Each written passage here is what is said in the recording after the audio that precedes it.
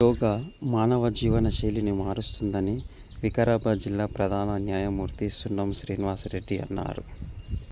శనివారం అంతర్జాతీయ యోగా దినోత్సవాన్ని పురస్కరించుకొని వికారాబాద్ జిల్లా కోర్టు ఆవరణలో ఏర్పాటు చేసిన యోగా డే కార్యక్రమంలో సున్నం శ్రీనివాసరెడ్డి పాల్గొన్నారు. యోగా మానవ జీవన శైలిని మారుస్తుందని, ప్రతిరోజు ప్రతి ఒక్కరూ 1 గంట సేపు యోగా చేసేలాగా ఏర్పాటు చేసుకోవాలని తెలిపారు.